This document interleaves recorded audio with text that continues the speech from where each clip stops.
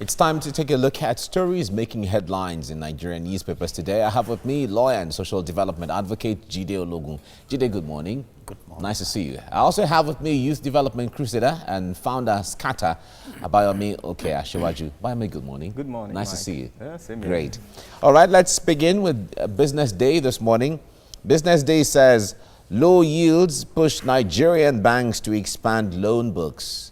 Uptake may spur defaults as COVID-19 pressures businesses. Okay, that's a Business Day this morning. Daily Trust is next. And Daily Trust says in Bauchi, rapists on rampage as 14-year-old gang raped for 1 month. Really troubling. A 7-year-old boy violated by a neighbor, and 46-year-old dad assaults mentally ill daughter. Drugs, rituals, social media responsible. Experts are trying to give explanations, some of the reasons why. It's really troubling, and the stories coming from Bauchi State. Now, Blueprint newspaper is next now and is focusing on Edo September 19 governorship poll. Vote out Obaseki, Tinubu tells the electorate. And you can't extend your political empire to our state. Obaseki Oyegun saying this, and face your political woes. PDP chides Tinubu, and candidates sign a peace accord. Abdusalami cautions. We're waiting for sensitive materials now. INEC is assuring everyone there. That's the Blueprint. News Direct is next now. Edo Ondo elections. UK threatens errant politicians with seizure of assets. Visa ban. Group Lords UK sanctioned plans. Okay, that's News Direct. Daily Times is next now. Daily Times is talking about something else. Daily Times says the federal government spends 81 trillion naira on unknown Nigerians in 14 years. Federal government spends 81 trillion naira on unknown Nigerians in 14 years. All right, this is talking about from the days that population census has not been conducted since 2006, and for whom is government planning for. These are, I guess this will interest Nigerians as well as my guests when we open the discussion shortly. Leadership newspaper is next now. Don't rubbish your integrity, Abdusalami tells politicians in Edo State, as Obaseki Ezeyemu others sign peace accord ahead of Edo governorship poll. It's a rare privilege for candidates. Bishop Kuka is saying this, and Obaseki assures of victory. We'll conduct ourselves peacefully, Ezeyemu is saying this, and INEC to prosecute 3 varsity dons for electoral malpractice. All this on the front page of the Leadership newspaper. And the national economy is the last one we're looking at now. Nigeria's GDP per capita to triple by 2050. This report is revealing this. Nigeria's GDP per capita to triple by 2050. All right, that's some hope there, but it's still a long way from now. Okay, let's get into our discussion now. The story on the front page of Daily Times. Daily Times says federal government spends 81 trillion naira on unknown Nigerians in 14 years. And this is putting together the budget by budget, year after annual budget from after 2006 up until now, even up until the last revised budget for 2020. Abayomi, let me start with you on this. Okay. Now, a lot of people say when there is no census, where there is no data, and then you're making plans, for whom are you making plans for? Or is it based on estimates and all of that? Talk to us about this. All right, that's a very good one, and I love the way the paper put it, that unknown Nigerians, because we can't actually say that since 2006, we had, I think, 150 million, and now everybody comes with different figures. Sometimes we hear 200 million, sometimes we hear 180 million.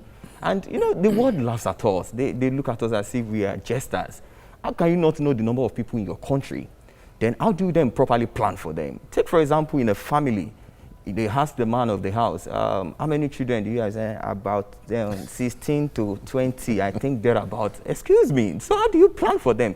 That simply means there are some people who are not catered for in that family. And the same thing applies to Nigeria. It simply means that there are quite a number of Nigerians who are not catered for, or probably we are catering for more than the real Nigerians. Now, the issue of our border is porous.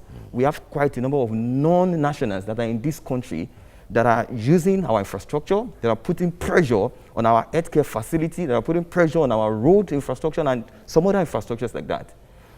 And the reason it's not far-fetched is because we don't even have records. See, all these things even boils down to the issue of security.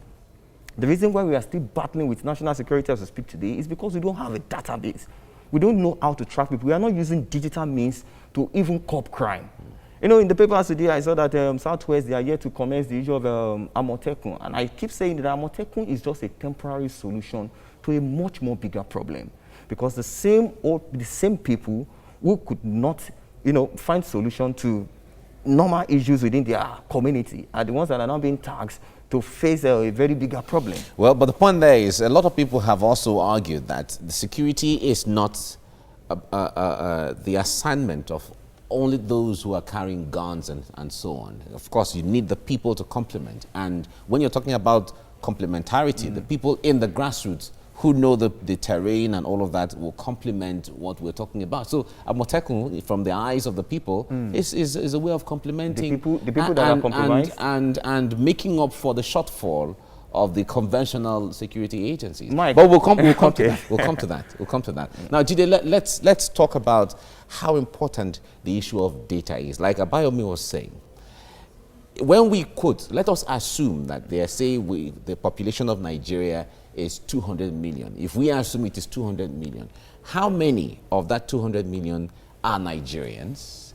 How many of that 200 million are Ghanaians or people from other African countries and so on? How important are all of these data when it comes to the plan?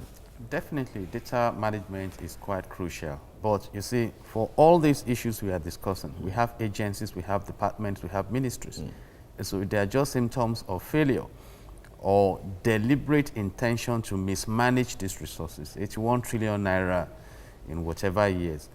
In the boardroom, you talk about returns on investment. So if I have spent 81 trillion naira, what have I done with human capacity building?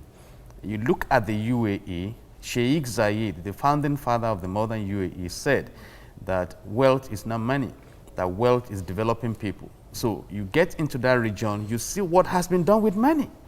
But do we have that focus here?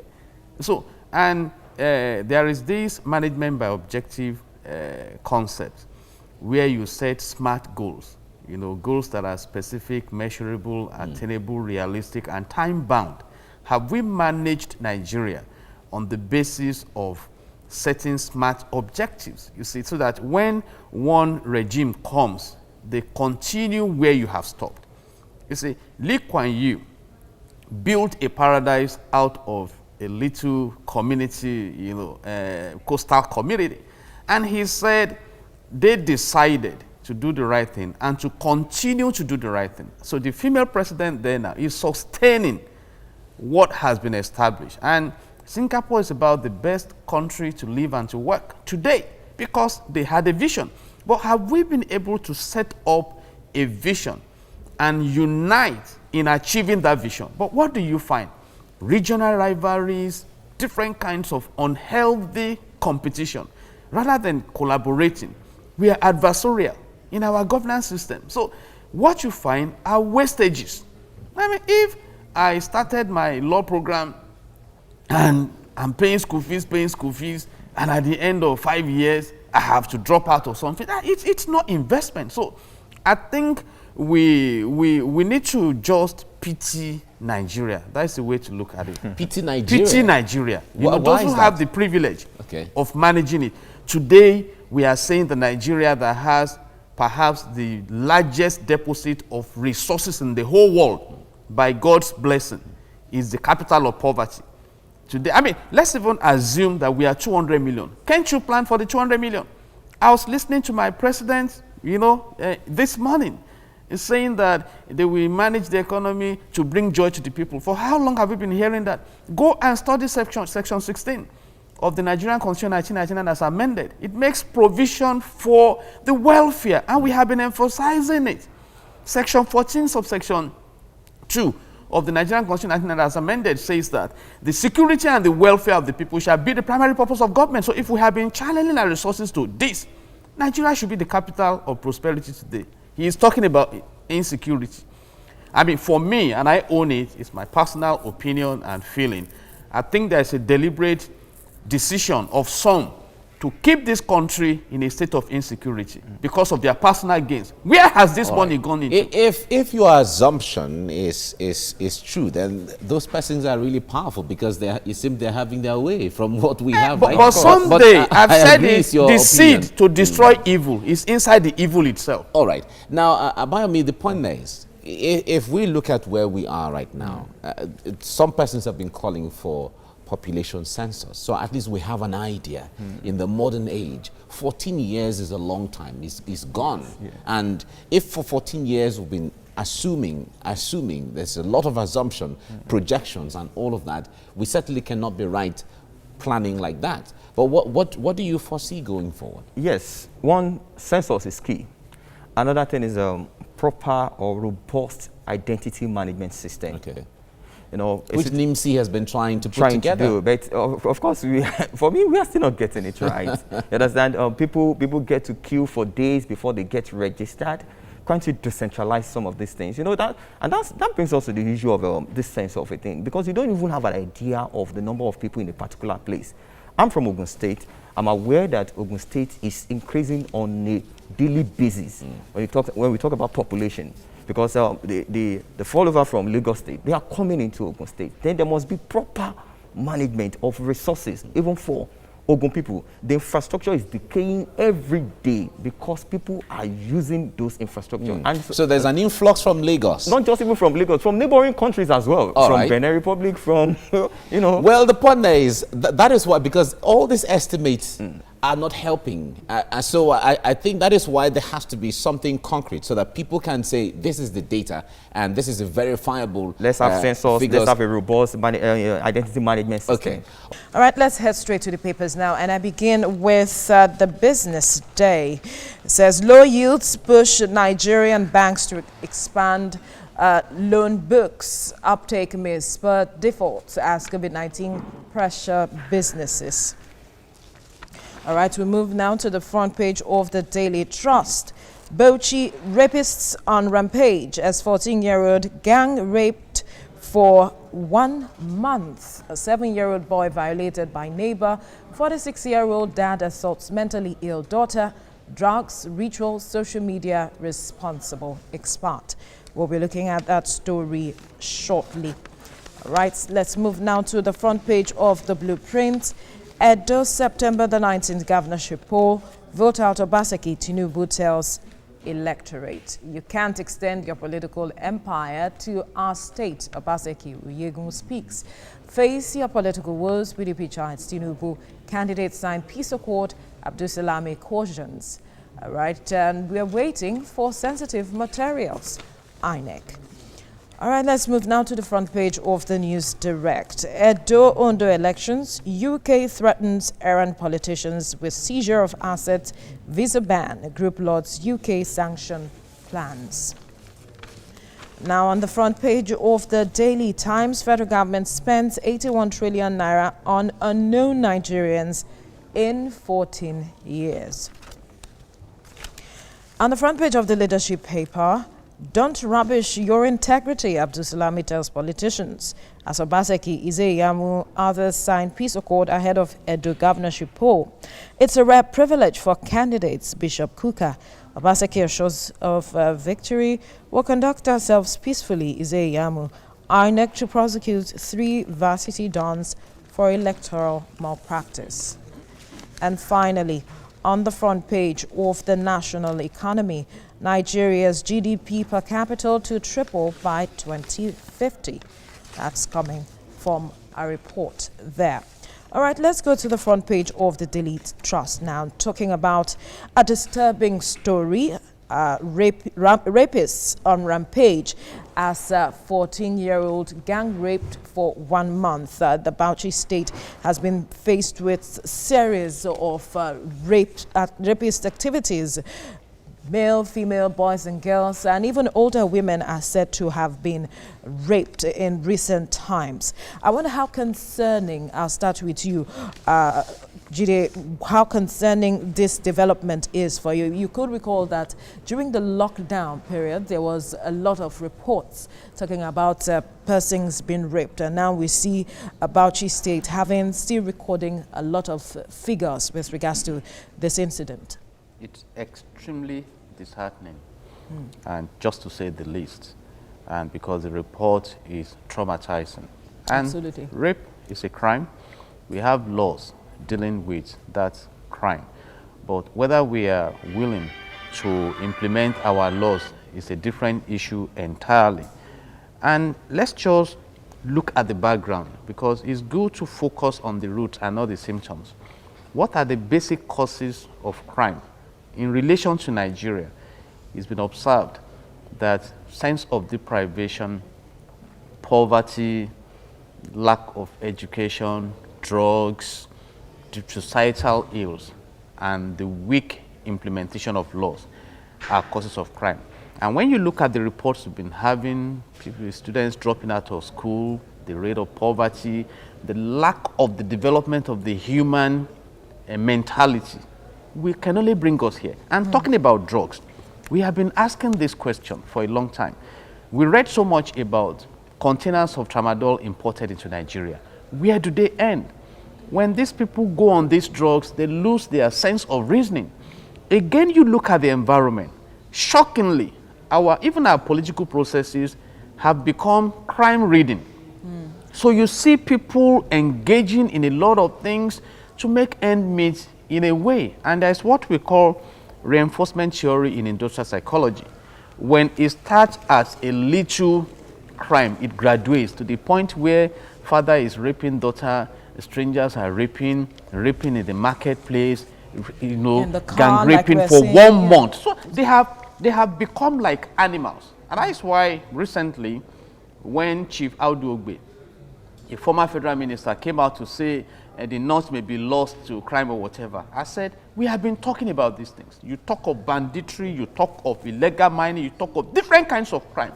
Terrorism, it's disturbing. Let's bring Abayomi in now. Okay. Talking about talk, we've been talking about this, and we even have laws like Jide rightly pointed out. Domestication of those laws, especially the Child Rights Act, has always been a challenge, for which 11 states in the north are said to not have domesticated it, and Bauchi is one of it. Now, when you look at even states that have domesticated it, would you say domestication is really the issue? Or there is more to it? Yeah, there is more to it. I agree with you, because when you don't properly punish an offender, they say that there is first-time offender, second time, and all that. But in this case, this is a crime. When you don't properly punish them, you are sending a wrong signal to those who have the intention out there that if I can also perpetrate this crime, I may not equally be punished. I think so. The justice system. The justice system. Probably last week or 2 weeks ago, I read in the papers that the Bauchi state governor actually apologized for pardoning a serial rapist. These are the issues. Now, another thing is this: the ones we find in the corridors of in the security, apparatus. I mean, by the time you report a case of rape to the police, who are the ones who attend to these cases? Are they not also rapists when they were not in uniform? Are they not product of this crime then? These are some of the issues. Now, we don't vet those who become or those who will accept into our security apparatus in Nigeria. We don't vet them. We don't know if they are ex-rapists or former cultists. Is that the issue? Yes, it's an issue, because by the time you report to those people, they will not take it seriously, because they are perpetrators of the crime before they started that does not uniform. necessarily mean because they could have participated in it. Some, like he pointed out, some persons are not well educated enough. He has addressed some of these things. I'm giving you another the magnitude. All right. I'm giving you another angle to it, because I'm on the field. I've seen cases where we have ex-cultists who are now policemen. So when you bring a case of a cultist to them, they will definitely treat it They like do family matter. shabbily, You right. understand? They will not prosecute who should be prosecuted because this guy belongs to their group. So these are some of the issues. All right, let's take a critical look now. There has been calls for special courts to address these issues because mothers are crying out that they need justice and the government must do something. I wonder if, because the whole process of the justice to getting justice in cases like this is a tortuous one, is a long journey. And some persons have said perhaps we should have special courts to address issues of rape. It's not just about having special courts. In criminal justice value chain, you need thorough investigation, diligent prosecution, and a committed judiciary. Do we have that? Like he rightly pointed out also, those who are even expected to drive the value chain, who are they? You see, what is the culture? Right. And with all due respect, a culture that may promote child marriage may Also be fuels sending this. wrong signals in sexuality. So people don't have that sense of control. We are blaming social media. Social media is in the UAE. Social media is in Switzerland. Social media is in everywhere. Sweden. Social media is everywhere. And they are making best use of these facilities.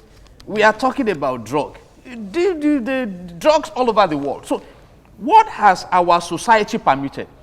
I'm sick with the reality in this country. If we have this level of intolerance for insecurity, then why should we complain about these allied crimes? And crime has a high mobility and diversification elasticity. You can start as a kidnapper, you go as a terrorist, you go as bandit, you go as rapist. They are all the value chain of crime. But what is our sense of resistance to crime as a nation? That's the big question. That's the big question. So, and that is why we are just, I have expressed my position. The former Emir of Kano expressed his position. Nigerians are expressing their positions. And some people are defending the obvious decadence we are seeing in society. I wish them the best. You see, I think Proverbs 14:34 in the Bible says that righteousness exalts a nation, that sin is a reproach. Another translation says that sin is a disgrace. And if we don't deal with all these issues, we'll be, that's what I call the concept of infrastructure and Well, superstructure. we're talking about dealing with this. What should the government, especially beginning with the Bauchi state government, which is closer to the people, where should they begin? Implement the laws. About 18 of them have been paraded, caught in this crime. But it's a very difficult thing because the burden of proof is on the prosecutor. Right. And you must prove that allegation beyond all reasonable doubts. Absolutely. So under the Constitution, I think Section 36, Nigerian Constitution as amended, there is what we call presumption of innocence. Even though when you catch them in the act, did we not read about people putting dollars into their garments in this country and they are free today? So how do you prove this crime? Are we not reading in this country where repentant terrorists are admitted back? So there are several issues that are confusing. If we want to fight crime, let's fight crime. And I refer the country back to Section 15, subsection 5 of the Nigerian Constitution 1999 as amended, that says that the state shall abolish corruption and abuse of office. And these two elements, if we take them seriously, will help us to begin to fight the fast-growing crime in this country. All right. It's worrisome. All right. Let's get your view on In if addition addressing to what, this. in yeah. addition to what he has just Yeah. said, let me say that we need to begin to work on the mindset of young people, and it should start from this, as a baby, as a toddler. We need to begin to work on, because now we talk about youth development here and there, and for some people, the interpretation of youth development is economic empowerment. It's beyond that. It's more about you changing their mindset, then of course empowering them economically too, because most times when people are economically engaged, when they are economically empowered, they will not have time for frivolous activities that may also lead to crime. They will not be distracted. Today, where I come from, you see quite a lot of young people who don't have work, but the only thing they do, we call it alien job. That is, they come and do twirly for you and all that. And you see them with tattoos, you see them with, these are some of the people that are prone to committing some of this crime. Now, when you arrest them, I remember during the lockdown, quite a number of young people were arrested in my state, Ogun State. And I sent a mail to the Commissioner for Women Affairs, said, please, because social development, I said, can you please, instead of jailing those boys directly, can we begin to work on how we can actually, change their orientation? Can we begin to see how we can work on their psyche and bring them back to society as a sane person? Some of them don't even have houses. Some of them don't even have parents who guide them. Some of them don't even have anybody that they report to. So parenting is key. Parenting is key. So such people, they are prone to committing some of this crime because, in fact, even when you arrest them and put them in a police station, do you know what? You have just provided them accommodation because they don't even have a place to, they don't have a shelter over their head. So we need to start working on their mindset and see how we can make them feel as a part of the country, because some of them are feeling that we are not part of this country, we are not one of them. So they are putting their frustration, they are just diverting their frustration on crime, such as this. We'll leave the conversation here, gentlemen. Thank you so much, Abayomi Ashiwaju, Jide Ologun. We must thank you as well for your time on the newspaper It's a review. pleasure to be here.